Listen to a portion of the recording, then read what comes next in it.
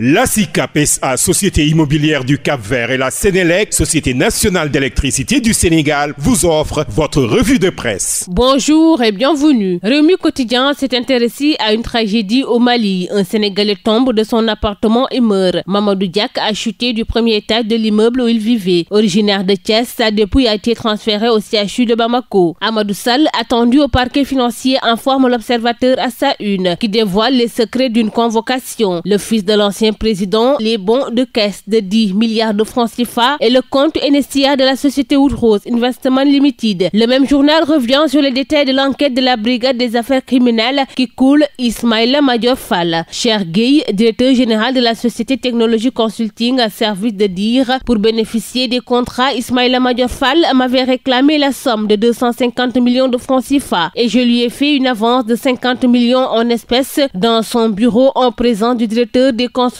Mohamed Anas El Bachirwan. Mais quelque temps après, il a insisté pour que je lui remette les 200 millions de francs CFA en espèces. Mais j'ai refusé du fait qu'il y avait des lenteurs dans la délivrance du bail. C'est pourquoi il m'a finalement restitué mes 50 millions de francs CFA tout en me disant qu'il va annuler le bail. Ndeye Sali Diop, traduite pour 52 millions et 2 climatiseurs, informe Les Échos, qui nous apprend que sur 150 millions, seuls 50 millions de francs CFA ne sont pas justifiés par le DAGE en cause. Moustapha Diop, quant à lui, est traduit pour 930 millions de francs CFA non encore justifiés, rapporte le journal. La sortie de la conférence des leaders de la coalition Diomaye Président intéresse également les journaux parus ce matin. Sud Quotidien écrit dans ses colonnes: Aïda Mbodj dénonce une opposition de médisance, de calomnie, de désinformation. Pour Waly Diouf Bodian, l'OFNAC est le siège de l'enregistrement illicite. La danse du scalp d'Aïda Mbodj, Waly Diouf Bodian et compagnie, titre Vox Populi. La présidente de la coalition s'interroge sur Macky Sall et le dossier Covid. Est-ce que ce n'est pas cela la haute trahison? L'ancien président, qui a parmi toutes ses forfaitures, n'a qu'à répondre de ses actes. Maître Abdoulaye Tine de dire: j'avais dit aux législateurs à l'époque qu'ils pouvaient faire toutes les gymnastiques possibles. Waly Diouf Bodian de renchérir: un pays ne peut marcher avec autant de criminels dans la rue si jamais on remet en place l'enregistrement illicite sous la compétence du parquet financier. Waly Diouf Bodian, intransigeant, écrit Yor-Yor-Wi. Selon lui, un pays ne peut pas fonctionner avec autant de criminels en liberté. Le nouveau secrétaire général de l'Alliance des forces du progrès, Mbaye Dione, comme une évidence, renseigne Les Échos, qui affiche Senghor, Diouf, Wade, Macky et moi. Moustapha Niasse raconte les 4 chefs d'État. Le président Senghor m'a fait voyager dans mon avion et dans ses délégations 138 fois en 9 ans. Abdou Diouf a signé 19 décrets où je me trouvais nommé promu distingué. Au bout de 11 mois, Wade et moi avons constaté que le travail que nous avions en commun était difficile. Jamais, je dis jamais, encore une fois jamais, mon amitié avec Macky Sall ne disparaîtra, dit-il dans les colonnes de Les Échos. C'est tout pour votre revue de la presse. À vos kiosques et très bonne lecture. La SICAP SA, Société immobilière du Cap-Vert, et la Sénélec, Société nationale d'électricité du Sénégal, vous ont offert votre revue de presse.